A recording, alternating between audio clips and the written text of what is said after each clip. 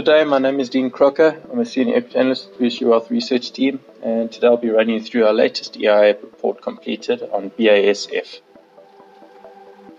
So just the four key components I'm going to leave with you for in this presentation is that the group did report much stronger results, really off the back of a higher volumes, about 6% increase in volumes, and much higher selling prices. This contributed to a significantly higher top line, which filtered through to EBITDA, improving by 161%, and a nice improvement in margin. In terms of the net debt, we have seen an increase, however, which was not very great, and this is due to the fact that free cash flow was lower than expected and actually missed expectations, largely due to the fact that a lot of cash was tied into greater working capital requirements.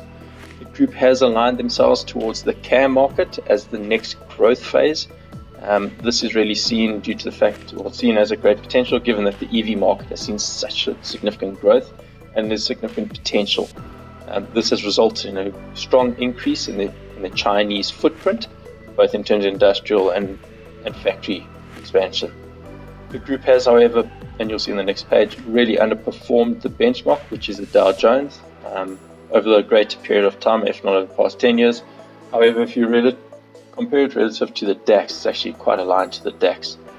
Based on a bull-based bear case scenario, we have calculated intrinsic value of €76.11, which is roughly 17% upside on the data release. In terms of events, as I mentioned, strong sales growth up 42%, really supported by that higher pricing. EBITDA on the back of that increased substantially to €2.7 billion, with adjusted earnings per share up 160% as well. Free cash flow was down by 21%, and this is the only area that really missed expectations, and resulted in net debt increasing 6% to €16.7 billion.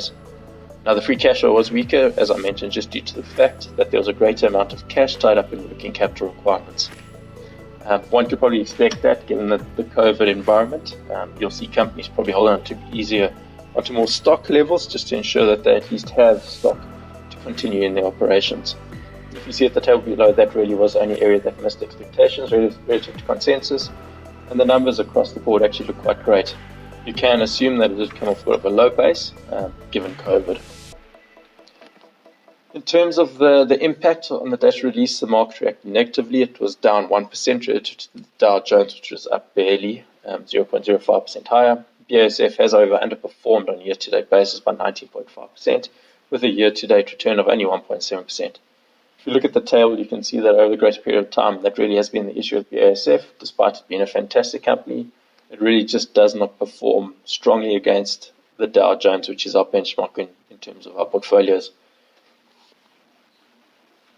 Looking at the assessment, so the BASF is probably the largest chemical company in the world. They touch virtually every industry. If you go and look at their website, it's actually amazing to see their footprint and their reach across the entire market and across the entire globe. So they really are massive, and they're a massive conglomerate. They have recently added additional capacity in the Chinese locations, very key Chinese locations close to the factories, and aligned with the BEV market, so your battery electric vehicle markets, particularly given CAM, and that's really where they want to see growth, as is about 2.5 times chemical content per car, greater than a normal car, with a growing EV market that really offers opportunity in their world. Now, looking at this company, they just resemble a really large conglomerate, which has showed little growth and performance relative to their benchmarks over the last 10 years. They just seem very slow and cumbersome to move to new projects and find that next opportunity. They seem happy on the status quo and will continue to operate fantastically, but I do not see that significant growth or that catalyst yet. The CAM market might be that catalyst going forward, but as it currently stands, the only thing really supporting the results is the higher selling prices on the back of relatively high volumes. Based on a bull-based bear case scenario, you can see on the right there's a nice little table. We have applied the 5-year high, 5-year low in the current price in terms of the EV/EBITDA multiple, weighting it largely towards the base case scenario. And if you look at the EIA, we've done a nice little table just to reflect where over the greater period of time they have traded and in which multiple range. And you'll see that the base case scenario is probably the most likely the best case scenario for where bull-based bear case scenario should be trading. On the back of that, we have calculated equity value per share of €76.11, implying a 17% upside. In terms of the final remarks, it really is the largest chemical company with reach in every single industry, so it has a great opportunity there. They are gearing for higher growth industries in terms of the BEV market. This is aligned with the Chinese expansion tied to the car market.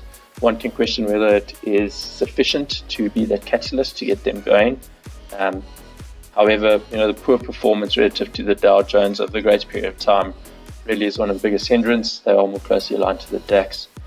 With intrinsic value of €76.11, there's a 17% upside. However, we're not sure if there's going to be sufficient catalyst to unlock the full value. If you'd like to place a trade, please speak to your financial advisor. Alternatively, the trading desk will be more than happy to assist. Just please take note of the disclaimer and have a Merry Christmas and great day further.